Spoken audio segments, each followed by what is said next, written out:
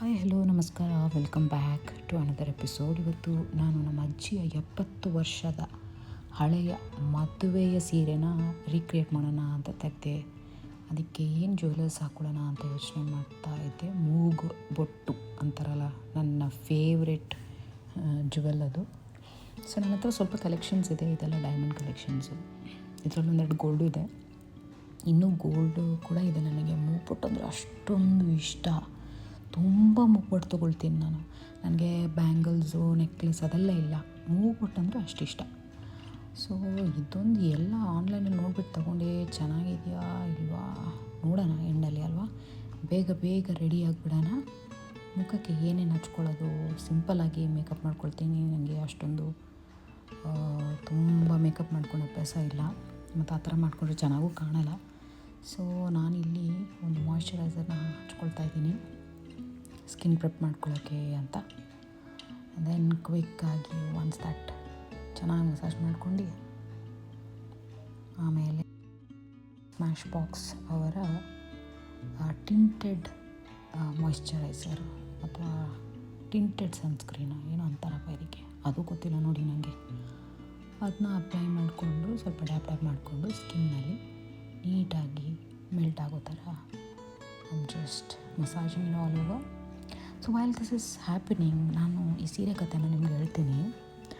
ನಮ್ಮ ಅಜ್ಜಿ ಇವಾಗ 86 ವರ್ಷದವರು. ಅವರು ಮದುವೆ ಆಗಬೇಕಾದ್ರೆ ಅವರೊಂದು 12-13 ವರ್ಷಕ್ಕೆ ಮದುವೆ ಆಗಿದ್ರು ಕಾಣಬೇಕು. ಆ ಟೈಮಲ್ಲಿ ಅವರು ಮದುವೆಯಲ್ಲಿ ಹಾಕ್ಕೊಂಡಿರೋ ಸೀರೆ ಇದು.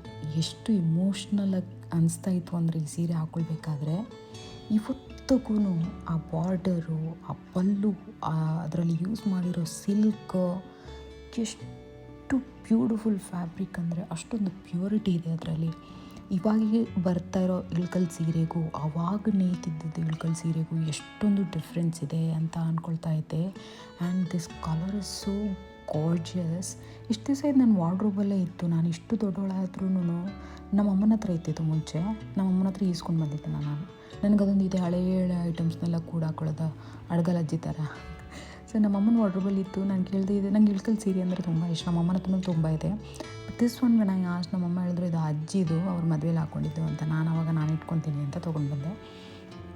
ಅಮ್ಮಂದು ಇದೆ, ಅದು ಇನ್ನೊಂದು ಸತಿ ಯಾವಾಗನೂ ಬೇರೆ ರಿಕ್ರಿಯೇಷನ್ ಮಾಡ್ಬೇಕಾದ್ರೆ ಹೇಳಿ ತೋರಿಸ್ತೀನಿ. ಅಮ್ಮನ ಮದುವೆ ಸೀರೆ ಇದೆ, ಅಮ್ಮಂದು ಎಂಗೇಜ್ಮೆಂಟ್ ಸೀರೆ ಇದೆ.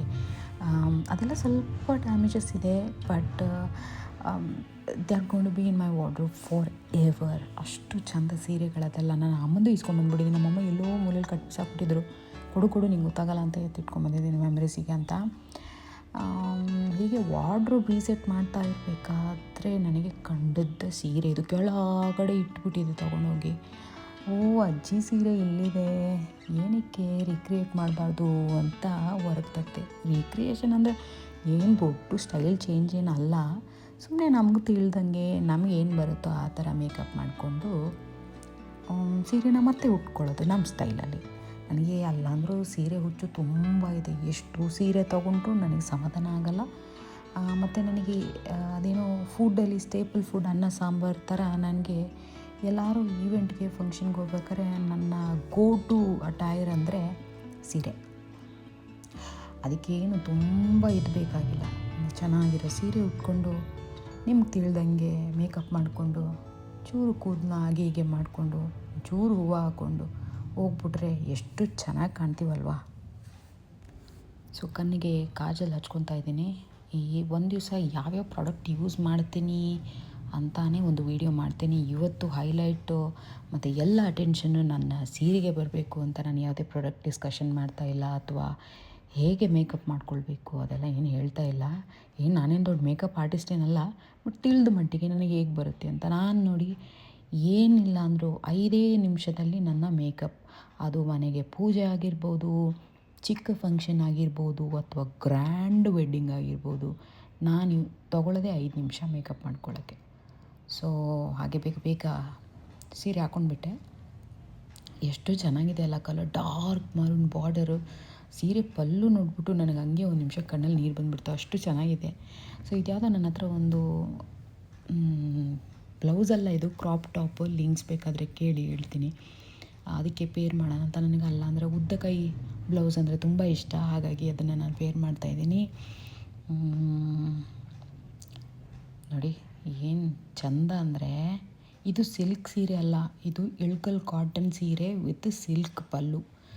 ಸೊ ಆಗಿನ ಕಾಲದಲ್ಲೆಲ್ಲ ಸಿಲ್ಕ್ ಸೀರೆ ಅದೆಲ್ಲ ಎಲ್ಲಿತ್ತು ಹೇಳಿ, ಏನಿತ್ತೋ ಪಾಪ ಅದನ್ನೇ ಹಾಕೊಂಡ್ಬಿಟ್ಟು ಮದುವೆ ಮಾಡ್ಕೊಂಡವ್ರು ನಮ್ಮ ಅಜ್ಜಿ. ನಮ್ಮ ಅಜ್ಜಿ ಒಳ್ಳೆ ಕುಳ ಇದ್ರಪ್ಪ, ಒಳ್ಳೆ ಫ್ಯಾಮಿಲಿಯವರು. ನಮ್ಮ ಅಜ್ಜಿದು ತವ್ರ ಮನೆ ಎಷ್ಟು ದೊಡ್ಡದಿದೆ ಗೊತ್ತಾ, ದೊಡ್ಡ ಫ್ಯಾಮಿಲಿ ಅಂತೆ. ನಮ್ಮ ಅಜ್ಜಿ ಹೇಳ್ತಾಯಿದ್ರು, ಇವಾಗಲೂ ಹೇಳ್ತಾನೇ ಇರ್ತಾರೆ ಹಳೆ ವಿಷಯಗಳೆಲ್ಲ. ಸೊ ಹಾಗೆ ನಾವು ಆಯಿ ಅನ್ನೋದು, ಅಜ್ಜಿ ಅನ್ನಲ್ಲ. ಸೊ ನಮ್ಮ ಆಯಿ ನೆನಪಿಗೋಸ್ಕರ ಹಾಕ್ಕೊಂಡೆ ಸೀರೆನ, ಚೆನ್ನಾಗಿ ಅನ್ನಿಸ್ತು. ಅದಕ್ಕೆ ಏನಾದ್ರು ಜುವೆಲ್ಸ್ ಹಾಕ್ಕೊಳ್ಬೇಕಲ್ಲ. ಇದು ಪತಕ್ ಅಂತ ಕೇಳಿರ್ಬೋದು ನೀವು, ಕೊಡಗಿನವರು ಅವರು ತಾಳಿ ಅಂತ ಇದನ್ನ ನಂಬ್ತಾರೆ, ತಾಳಿ ಅಂತ ಹಾಕ್ತಾರೆ. ಇದನ್ನು ತಾಯಿ ಕಟ್ಟೋದು, ಗಂಡ ಕಟ್ಟಲ್ಲ. ಸೊ ಅದನ್ನು ನಾವು ಇಳ್ಕಲ್ ಸೀರೆಗೆ ತುಂಬ ಚೆನ್ನಾಗಿ ಕಾಣ್ತಾಯಿತ್ತು, ಹಾಗಾಗಿ ಅದನ್ನು ಪೇರ್ ಮಾಡಿಕೊಂಡೆ. ಅಯ್ಯೋ ನನ್ನ ಜುಮ್ಕ ಇಲ್ಲಿದೆ, ನನ್ನ ಫೇವ್ರೆಟ್ ಜುಮ್ಕ ಇದು.